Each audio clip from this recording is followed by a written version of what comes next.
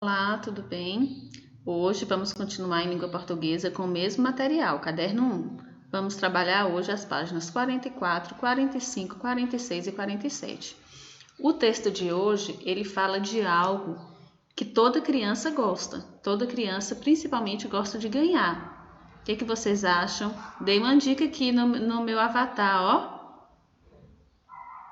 Quem falou brinquedos, acertou, né? Toda criança gosta de brinquedos.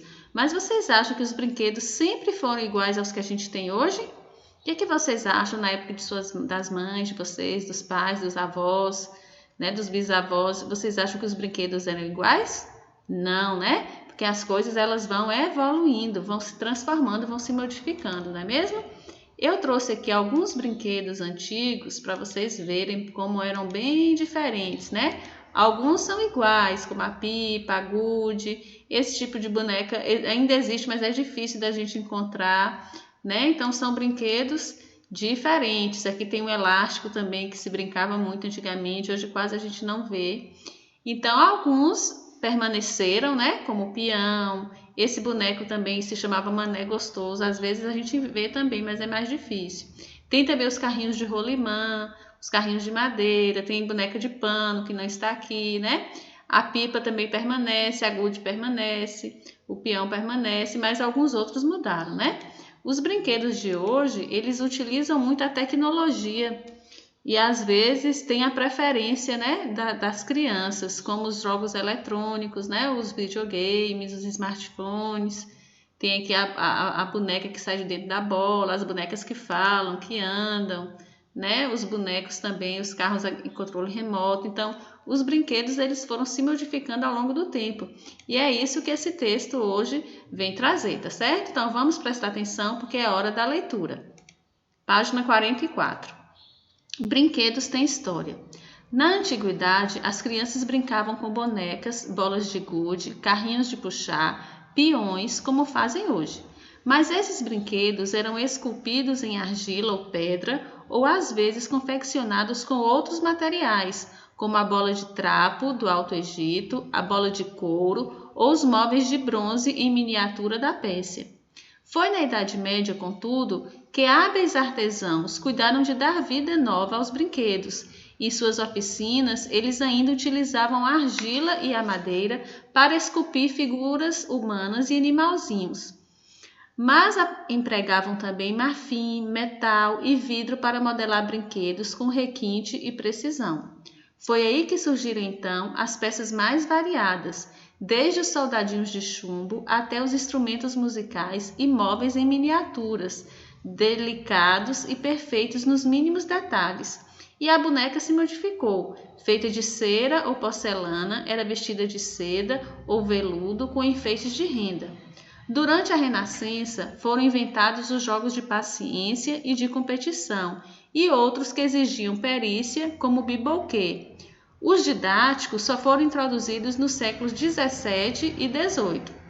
Mas a fabricação de brinquedos ganhou real impulso quando a indústria começou a funcionar a todo vapor a partir do século passado.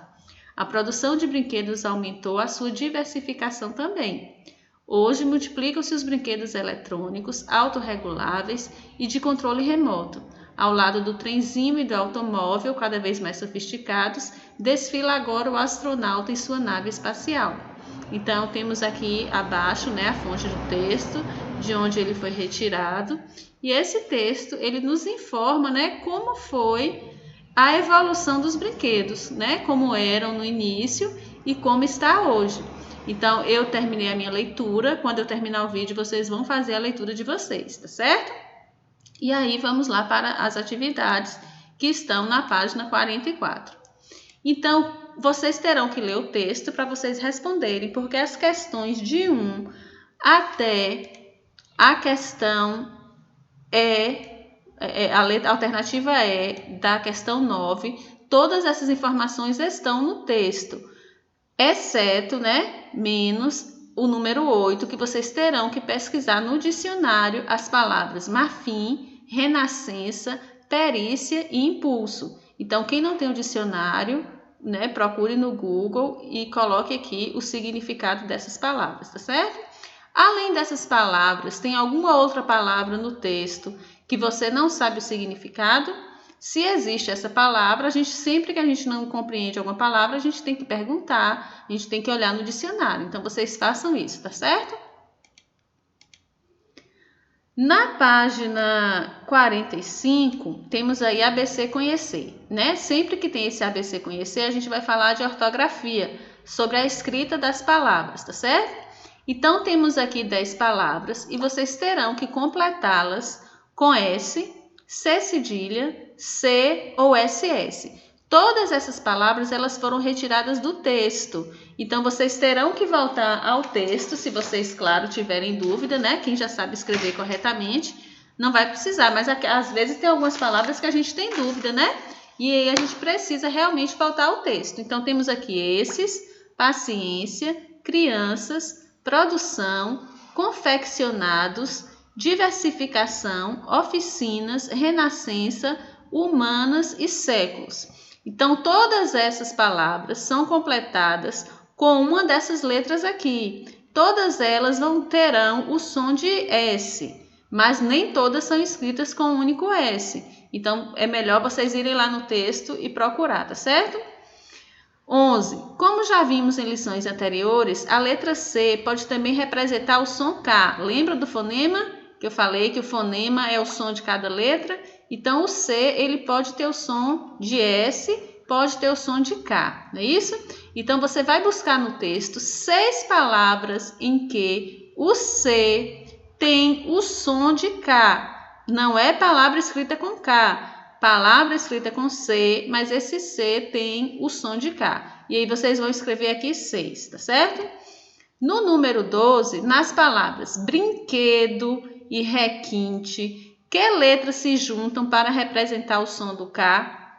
Então, aqui não tem C, né? Então, foi utilizado aqui 2 letras para representar o som do K. Que letras são essas? Olha a dicasinha aqui embaixo, ó. Quando precisamos representar o fonema K antes do E e do I, utilizamos as letras QU, porque se a gente utilizar C, não vai ter som de K, vai ter som de S. Por exemplo, C com E, cebola, né, no caso. Cinema. Então, o C vai ter som de S. Mas se eu quero o som de K, eu terei que utilizar o QU, tá certo? Vamos lá para a página 46. Na página 46, mais um erro, né? Tá mandando reler o texto da página 42. Não é 42, é 44. É o texto que eu acabei de ler. Brinquedos têm história, né? Que é um texto informativo. Então, o texto lido é um informativo. O que você sabe sobre textos informativos? Eu falei, né? Aquele texto que serve para nos informar sobre algo. Nos trazer algumas curiosidades, né? Algumas informações importantes. 2. O texto informativo possui algumas características. Vamos identificá-las? Então, letra A. O autor começou falando sobre o quê? Então, olhem lá no primeiro parágrafo. O que o autor começou a falar? Começou a falar, né, da antiguidade, né? Como que eram os brinquedos na antiguidade. Então, começou a falar dos brinquedos antigos. B. Depois ele falou o quê? C. O texto faz referência ao que aconteceu na história com o passar do tempo? Sim, né? Ele traz uma sequência, como foi que começou, como foi que surgiram os brinquedos e como chegou até hoje. Então, tem que voltar ao texto mesmo, tá certo? 3. O texto possui outras características. Verifique respondendo sim ou não. A. O texto é feito em versos? Tem versos lá no texto? Ele é um poema? Aí você vai dizer sim ou não. O texto possui parágrafos na sua organização? Então, se ele não é escrito em versos, ele só pode ser escrito em parágrafos, não é? Ele usa palavras que se relacionam com o assunto do texto? Então, ele trouxe aí várias palavras que se trata de brinquedos, né? D. Ele faz uso de pontuação e é um texto curto? Aí você vai ter que olhar lá no texto para você ver. Ele descreve bem sobre o assunto e dá detalhes? O que é descrever? É falar. Ele fala bem lá detalhadamente sobre o assunto, aí você deu a sua resposta. 4. Podemos afirmar que o texto lido é narrativo ou descritivo? Esse texto é os dois. Ele é descritivo porque ele descreve, né, a evolução do brinquedo. E é narrativo porque ele vem narrando, né, utilizando lá do tempo cronológico para nos trazer essas informações, tá certo? Na página 46 ainda, tem assim: qual foi o marco que possibilitou o maior crescimento da variedade dos brinquedos? Tem isso claramente lá no texto. Procure lá e marque aqui um X na alternativa correta. 6. Esse texto foi produzido em 1990, falando sobre a questão da história dos brinquedos. A sua realidade tem esse mesmo contexto dos brinquedos daquela época, ou você percebe alguma evolução nos brinquedos nos dias atuais? Como vocês são novinhos ainda, os brinquedos de quando vocês eram criança ainda existem hoje, né? Ou não? Aí vocês deem aqui a resposta de vocês. O número 7, a gente vai falar do período. Vocês sabem o que é período? Eu passei um videozinho antes desse explicando o que era oração, frase, período, né? Então você vai dar aqui a sua resposta e aqui tem mais um lembrete, ó. Período é um enunciado formado por uma ou mais orações. Quando houver apenas uma oração, um verbo no enunciado, o período será chamado de simples. Se houver duas ou mais orações, dois ou mais verbos, o enunciado será chamado de período composto. Então, vocês viram no vídeo, né, a diferença entre frase, período e oração, né? Mas aí surgiu aqui uma dúvida. Mas o que é verbo? Como é que eu vou saber quantos verbos tem na frase? Como é que eu vou saber isso? Né? Então, vamos lá. Mas o que é verbo e como encontrá-lo na frase? Às vezes a gente lê uma frase, mas não sabe identificar ali qual é o verbo, não é isso? Então a hora é essa. Se liga aí nas dicas, tá certo?